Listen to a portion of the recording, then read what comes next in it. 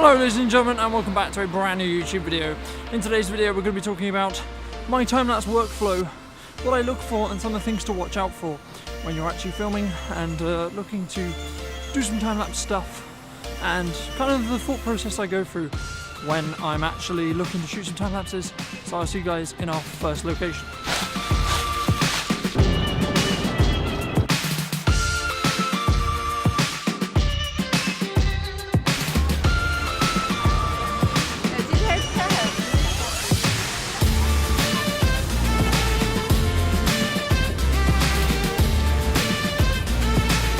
So if you're shooting Nikon, you will have an inbuilt intervalometer into your camera, and this will allow you to take a sequence of images a number of times with a certain interval, so the gap between different images. You always want to try and make sure your shutter speed is half of what your interval is. So if your interval is 8 seconds, make sure that your shutter is 4 seconds to get the smoothest motion. So what your camera is then going to do is you want to set up on a tripod so your camera's not going to move. You want to try and work out how long you want your time-lapse to actually be. So if you want your time-lapse to be 10 seconds long, for example, and you're going to be shooting with a 4-second interval, you'll want to take 240 photos. And this is going to leave you with a 10-second sequence or so. You can always speed it up or crop down the amount of images that I'm going to be using. And that's basically how you shoot them. And then you can use some post techniques to add some movement if you weren't shooting and you want to add some movement. So we're going to go to a second location, and then I'll talk about some of my post-processing work when it comes to shooting time lapses.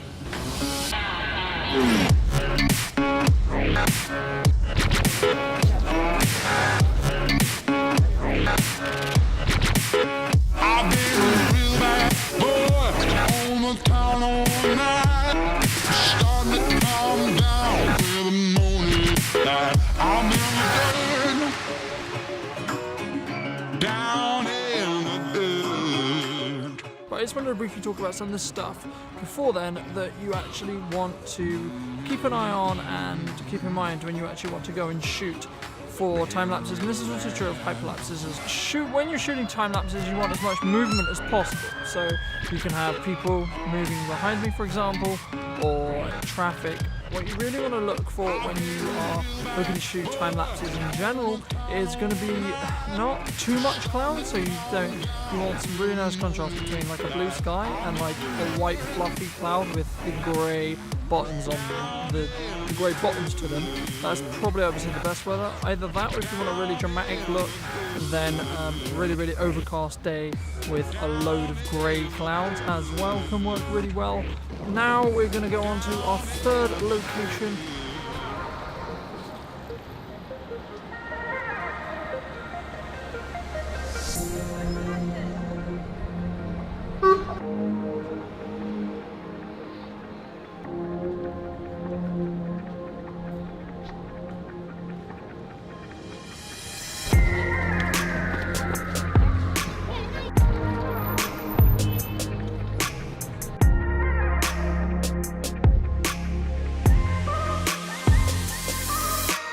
Behind me.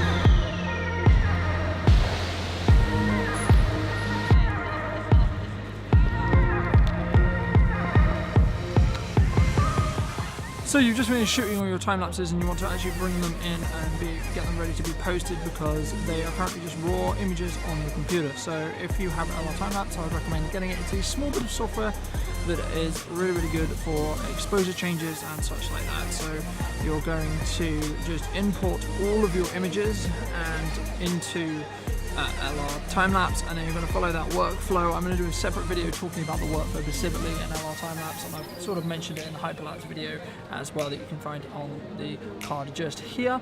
After you've done that, and then you can export your images into Lightroom or use LR time-lapse to export them into a video directly, but I personally prefer using Lightroom itself. And then when you've got an image sequence, you're then, after that, going to bring in that image sequence into Premiere, and then if you feel like you want to reverse it so it loops really well on Instagram and Twitter and so on, when it's a looped time lapse like it's a Holy Grail where it goes from night to day, then you just want to duplicate the clip by holding Alt and then dragging across, and then once you've done that you can then speed ramp it if you need to, or you can just reverse it. So when you've got your duplicated clip, just right click on that clip, go to speed duration and just click on the reverse button, and it will flip the clip all the way around.